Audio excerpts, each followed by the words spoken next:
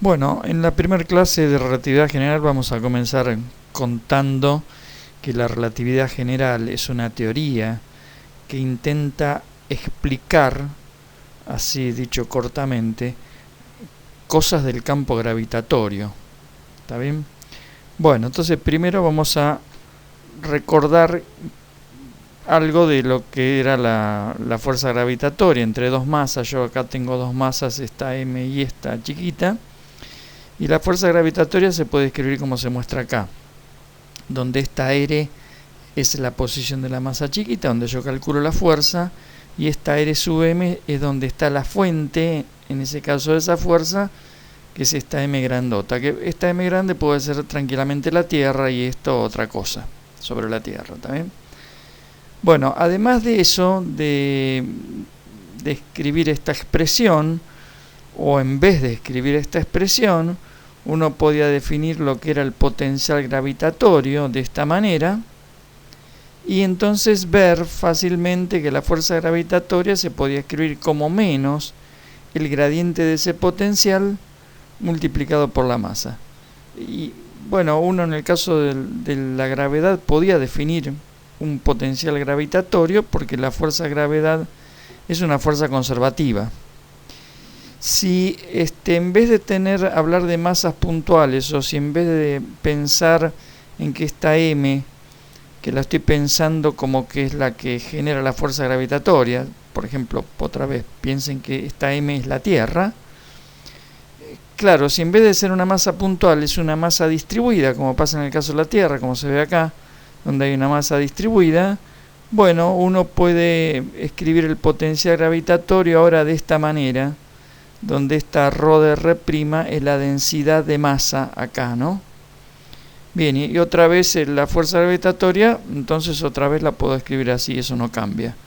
Pero defino este potencial gravitatorio que genera una masa distribuida en este punto R, que es donde está el otro cuerpo que se siente atraído, ¿está bien? Acá la flecha verde indica para dónde apunta esa fuerza de atracción, igual que acá. Bueno, lo que seguidamente voy a hacer es lo mismo que se hace en electrostática. Cuando uno quiere relacionar en una ecuación diferencial un potencial con sus fuentes, en el caso de electrostática, esto que está acá es el potencial eléctrico y lo que estaba acá era la distribución de carga eléctrica. Bueno, lo que se hacía era tomar el laplaciano de este término, como se ve acá, y este laplaciano que opera sobre las componentes R y no sobre las componentes R', que son las variables de integración. Claro, como opera sobre las componentes R, lo puedo meter acá adentro, adentro de la integral, perdón. Y adentro de la integral va a operar solamente sobre este término que es donde está R, ¿no? En el resto no está. Bueno, entonces me quedaría esto que ustedes ven acá, y hay una identidad que me dice que el laplaciano de esto es 4pi por la delta de Dirac, la función delta de Dirac, la distribución en realidad delta de Dirac, de R menos R'. Y cuando uno hace una integral donde adentro está la delta de Dirac, el resultado es muy fácil porque es evaluar donde dice R', poner una R y sacar la integral. Entonces si uno hace eso le queda esta parte de acá. Así que fíjense que esto es una ecuación diferencial que me relaciona el potencial gravitatorio, en este caso con su fuente. Y bueno, la fuente del potencial es la densidad de materia, ¿no es cierto? O sea que por un lado tengo esta fórmula, por otro lado, bueno, tengo la fórmula, la segunda ley de Newton, la que dice que la fuerza es la masa por la aceleración, ¿no? La fuerza se puede escribir así, la fuerza sobre una masa m, y en este caso la aceleración es esta. Bueno, ¿qué problema tienen estas dos cosas, esta y esta? Bueno, en principio esto no es covariante. Las cosas que están acá no son cuadrivectores, son vectores en un espacio de 3 dimensiones. cambia su forma si uno aplica una transformación de Lorentz, no se mantiene esta forma. Lo mismo acá, no se mantiene. Acá podría uno arreglar algo, pero acá no. Bueno, eso por un lado. Por otro lado, si uno mira esto, si yo digo, bueno, cambio la densidad de masa en algún punto, si esa densidad cambia acá adentro, la modifico, y bueno, según esto, inmediatamente me cambiaría el potencial. Pero eso no puede ser, porque si yo modifico la densidad en cualquier punto de acá adentro, tiene que pasar un tiempo hasta que esa información llegue acá. Porque la relatividad especial prohíbe la transmisión instantánea de información. O sea, si vos moviste algo de acá adentro, después de un rato se siente acá.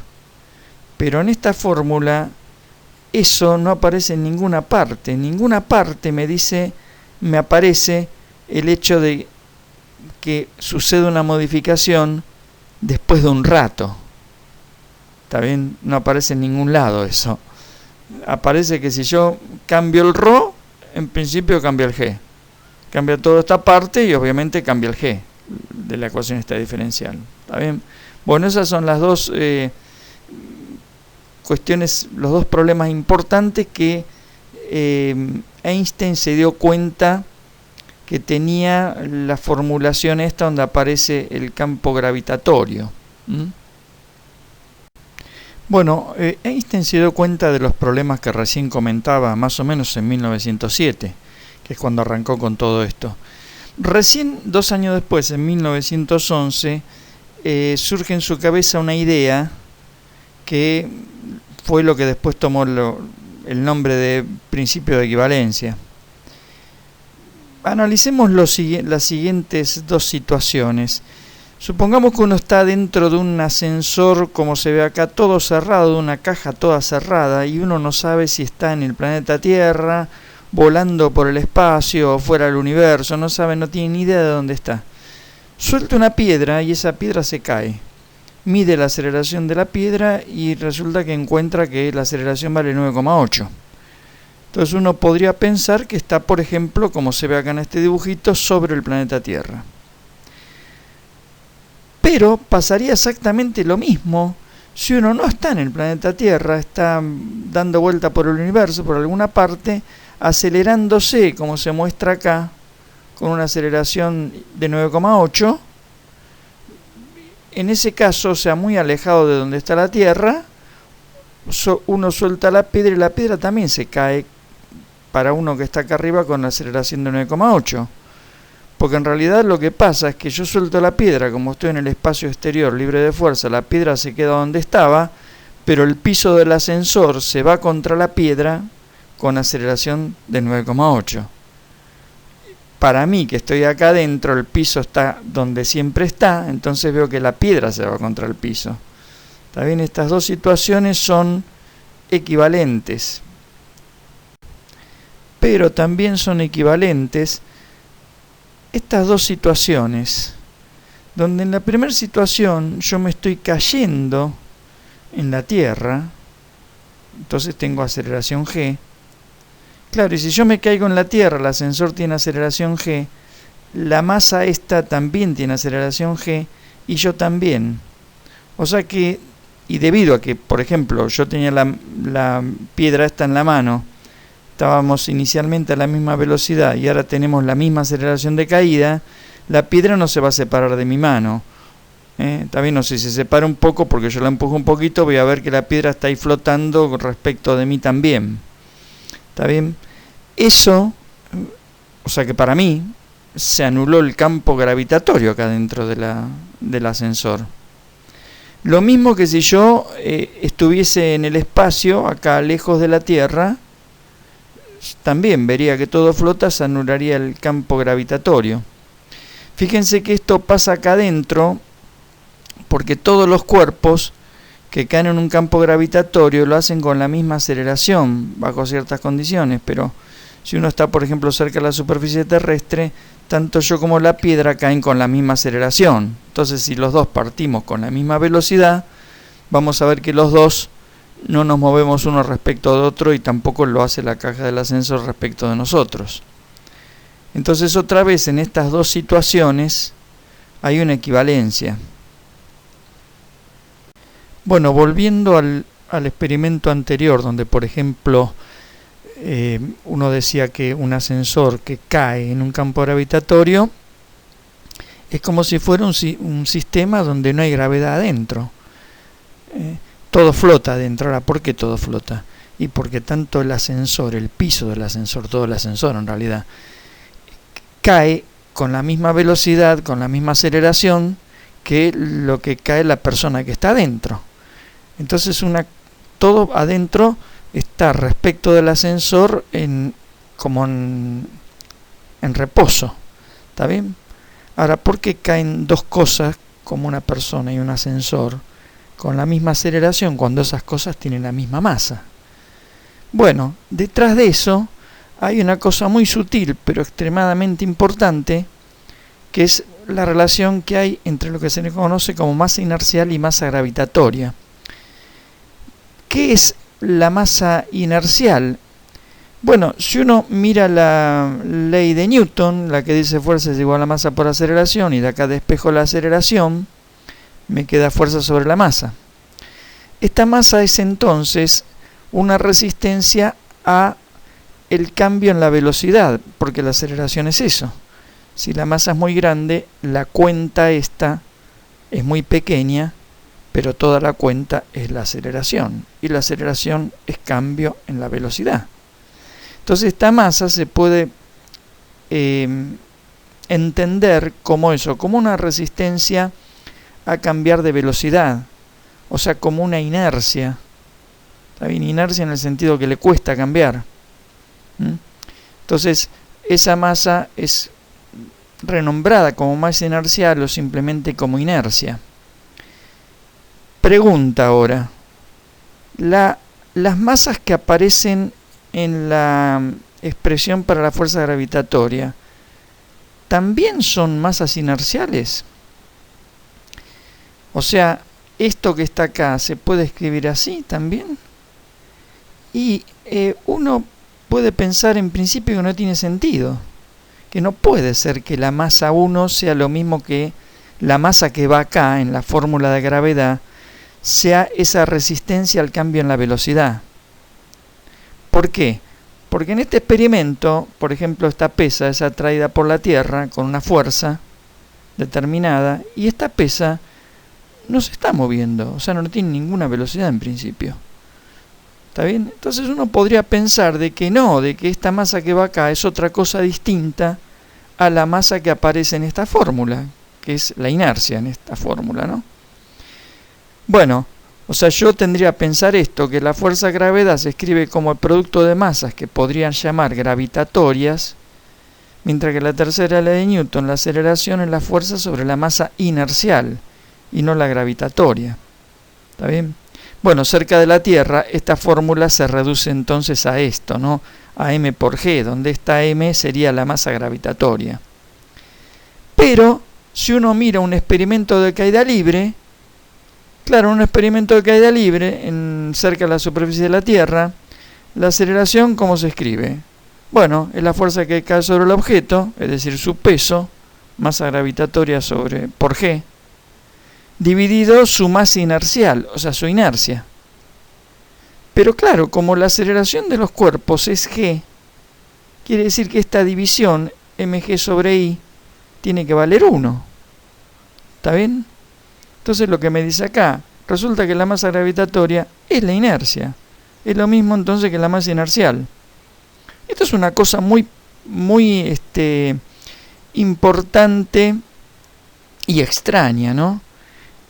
Que esta igualdad entre masa gravitatoria y masa inercial, y va a ser determinante en lo que viene a continuación.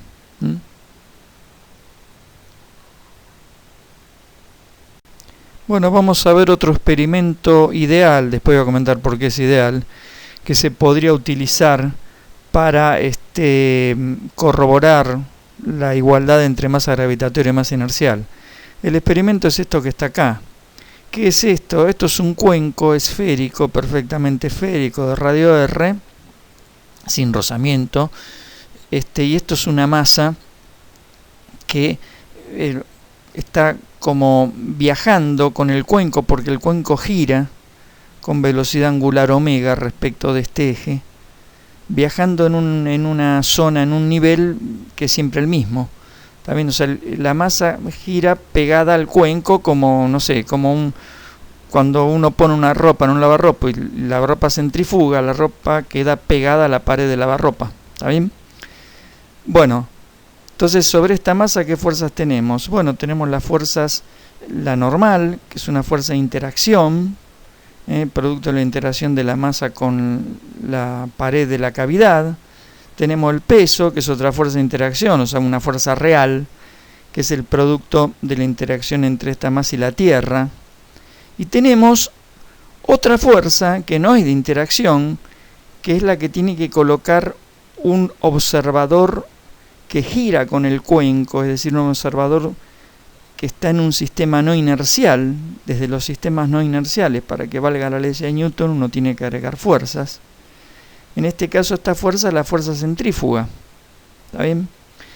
Bueno, entonces, como esto está siempre en el mismo nivel, cuando gira el cuenco para este observador, esta piedra está, o lo que sea, esta masa está fija en una parte del cuenco a una cierta altura respecto de este piso, digamos.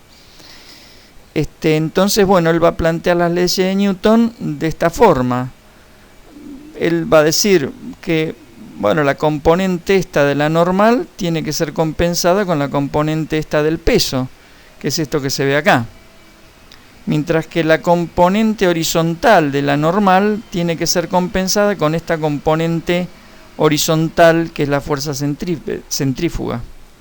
Bueno, esta es esta igualdad, ¿no? La fuerza centrífuga es la masa inercial, no la gravitatoria, la masa inercial por omega cuadrado por r, donde este r es el radio de giro. Mientras que en el caso de la fuerza peso, esta masa es la masa gravitatoria.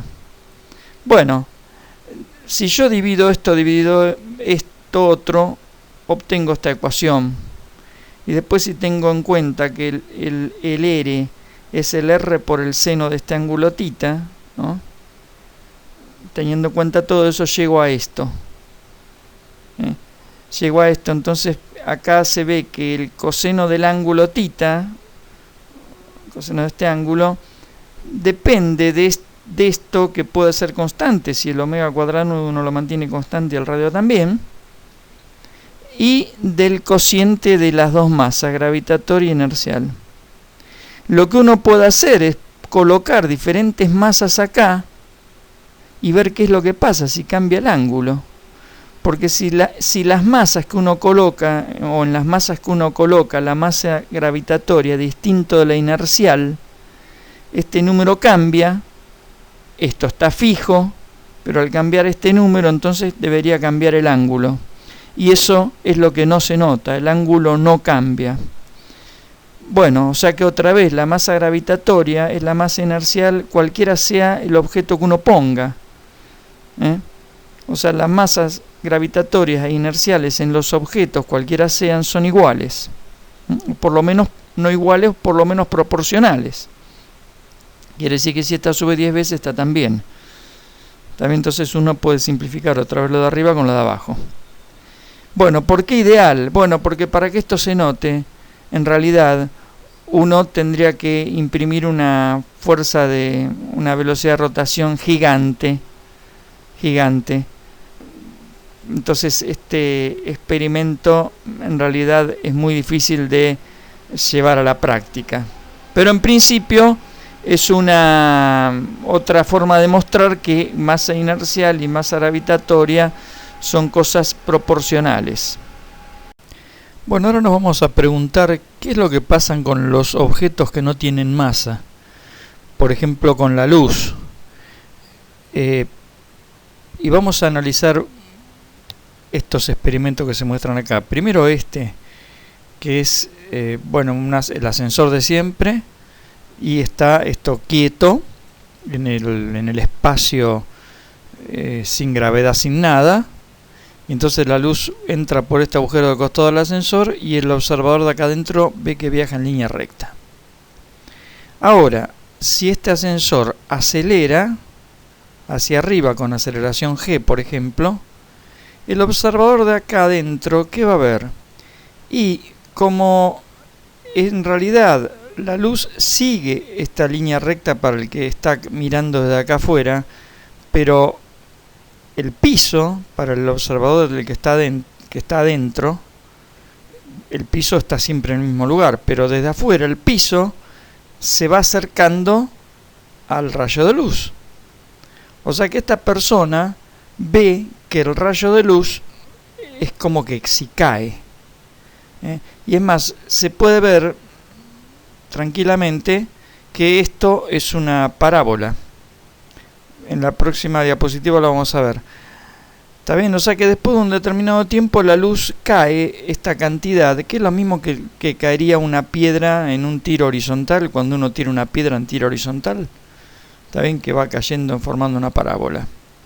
Bueno, la pregunta que uno inmediatamente se hace es, ¿qué pasa si el ascensor ahora está en un campo gravitatorio, supongamos sobre la Tierra? Porque dijimos que un ascensor acelerado, como se ve acá, equivale a un ascensor quieto en un campo gravitatorio. Eso es lo que estamos diciendo, lo que venimos diciendo. Bueno, entonces, ¿cuál va a ser la trayectoria de la luz? ¿Esta o esta que se ve acá? Bueno, si uno dice, si son equivalentes estas dos situaciones, debería ser esta que se ve acá. Pero en este caso, el ascensor, el piso, está todo quieto. Entonces la luz en realidad se está cayendo. Ahora, ¿por qué se puede caer algo? Y porque tenga masa y lo atraiga la Tierra. Esa es una posibilidad. La otra posibilidad, la luz no tiene masa. La otra posibilidad es que la luz en este caso esté recorriendo el único espacio geométrico posible que puede recorrer. Uno dice, no, acá el espacio, acá yo puedo ir en línea recta. Pero parece que no. Parece que cuando estás en un campo gravitatorio, en realidad no podés ir en línea recta. Parece ser como que el espacio se curvó y la luz sigue esa curvatura. Bueno, efectivamente, como dijimos, la luz termina haciendo este trayecto, tal cual una piedra que yo lanzara en tiro horizontal por acá con una velocidad nx inicial de la velocidad de la luz. Entonces, en ese caso la piedra haría lo mismo que la luz. La piedra tiene masa, la luz no. Claro, cuando uno miraba estos movimientos por ejemplo, de tiro parabólico, esta era la expresión que le cabía para la posición, ¿no es cierto? Donde la aceleración, la aceleración es la fuerza sobre la masa. Es la fuerza gravitatoria sobre la masa inercial. Pero el tema es que la fuerza gravitatoria se escribe como masa gravitatoria por G. Y el tema es que la masa gravitatoria se va a simplificar con la masa inercial, porque son iguales, o mejor dicho, si son iguales, va a pasar que la trayectoria de la piedra no va a importar de la masa que tenga la piedra. Es más, no importa si tiene o no tiene masa, porque en la fórmula no aparece la masa de la piedra. Entonces la luz es lógico que siga el mismo camino que lo que sería lo que haría esta piedra. ¿Está bien? Entonces, bueno, uno acá se puede preguntar, por ejemplo, si la gravedad es entonces una fuerza de interacción, porque la gravedad se escribe así, la fuerza gravitatoria entre dos masas, entre la Tierra y esta piedra, se escribe así, y esta fuerza entonces es distinta de cero si existen estas masas. Y uno podría pensar que entonces, si no existen estas masas, como pasa en el caso de la luz, entonces no es fuerza gravedad, porque se cancelaría todo esto. Pero, ojo, hay que mirar acá. Y esto me está diciendo que está bien, si yo acá pongo la masa del fotón igual a 0 y acá la masa de la Tierra distinto de 0, todo esto se me hace 0. Pero igual esto sigue valiendo, porque cuando yo hago la cuenta acá, la masa gravitatoria se simplifica con la inercial. más allá de si el fotón tenga o no tenga masa, este término desaparece. Entonces es una cosa que hay que observar. La otra cosa es que, bueno, si uno elige, o mejor dicho, se puede elegir el referencial convenientemente para que se anule la fuerza gravitatoria. ¿Cómo lo haría eso? Y bueno, yo agarro este referencial y saco la Tierra de abajo. Esto se empieza, o mejor dicho, desplazo la Tierra un poco para abajo, de manera tal de que esto se caiga sobre la Tierra. Si el referencial cae sobre Tierra, la fuerza gravitatoria acá adentro se anula. Entonces la luz va a seguir una línea recta en vez de esto. Bueno, ese hecho de que la fuerza gravitatoria se pueda anular bajo ciertas condiciones que después vamos a discutir un poco más, que se pueda anular eligiendo convenientemente el referencial, es lo que hizo pensar a Einstein que entonces la fuerza gravitatoria no es una fuerza, porque depende entonces de cómo yo elija el referencial. O sea, es algo más ligado con la geometría, ¿no? Por ejemplo, el referencial que yo elijo, le pongo coordenadas que son coordenadas que caen con la aceleración, y en esas coordenadas se anuló la gravedad. Entonces es más un problema de geometría que un problema de existencia de fuerza real. Entonces ahí fue cuando en la cabeza de Albert Einstein empezó a tomar fuerza, para la redundancia, la idea de que la fuerza gravitatoria quizás no sea una fuerza, sino algo que tenga que ver con el espacio, digamos, con la forma del espacio. Bueno, como les comentaba en un momento, el experimento no se hizo, en realidad, no se puede hacer, porque para que uno note que la luz caiga, el ascensor tiene que tener un ancho de millones de kilómetros, más o menos, para que se note esta caída, porque la luz viaja muy rápido, ¿no? Bueno, pero se hizo algo parecido. El que lo hizo fue, el que lo midió, mejor dicho, fue Arthur Eddington en 1919, que vemos acá que está sentado con Albert Einstein. ¿Y qué es lo que hizo Eddington? Eddington midió vio que la trayectoria de la luz de una estrella se desviaba cuando pasaba cerca de la superficie del Sol. ¿Está bien? O sea, si en algún momento de la órbita terrestre la Tierra está acá, la Tierra ve que la luz de la estrella viene en esta dirección. Pero cuando la Tierra da la vuelta y se pone acá, si uno mira ahora la estrella, algo que se hizo, hubo que esperar un eclipse del Sol para ver eso. Si uno mira la luz de la estrella, claro, el Sol tapa la estrella, no podría llegar luz a la Tierra. Pero resulta que llega luz porque justamente se desvía la luz acá en el campo gravitatorio, porque el campo gravitatorio simularía un ascensor que acelera hacia arriba, y en un ascensor que acelera hacia arriba ya dijimos que nosotros vemos caer la luz hacia abajo. Entonces acá se vio la desviación, o sea, la luz viene así, entonces uno ve que la estrella está ubicada en esta posición en vez de estar ubicada acá. Bueno, es decir, en vez de este ángulo que era el original, ahora el ángulo es este. La diferencia angular es esta, la que se observó, y esa desviación que se midió corresponde a 4/10 milésimas de grado, más o menos. Según la teoría de Newton, esa desviación debería ser 2/10 milésimas de grados. Uno acá podría preguntarse, pero ¿cómo la teoría de Newton también dice que la luz se desvía cuando pasa frente a un campo gravitatorio? No, bueno, lo que se hizo acá en realidad es, en vez de agarrar el campo gravitatorio del Sol, uno vería qué es lo que pasa con la luz dentro de un ascensor que acelera con la gravedad que corresponde a la gravedad solar. Y ahí va a ver que la luz hace esta caída. O, de otra forma, uno puede pensar que, así como se pensó, que la luz era un cuerpo que tenía una determinada masa, y se estudió simplemente un tiro parabólico donde la piedra, que en este caso sería la luz, sale primero hacia horizontalmente, y uno ahí puede hacer la cuenta de los ángulos de desviación, porque ya sabemos que la trayectoria que sigue la luz no depende de la masa de lo que uno arroja.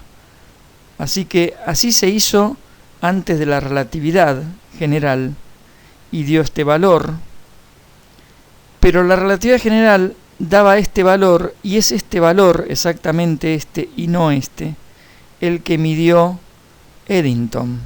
Entonces acá terminó de cerrar esta idea de que efectivamente la luz se dobla en un campo gravitatorio.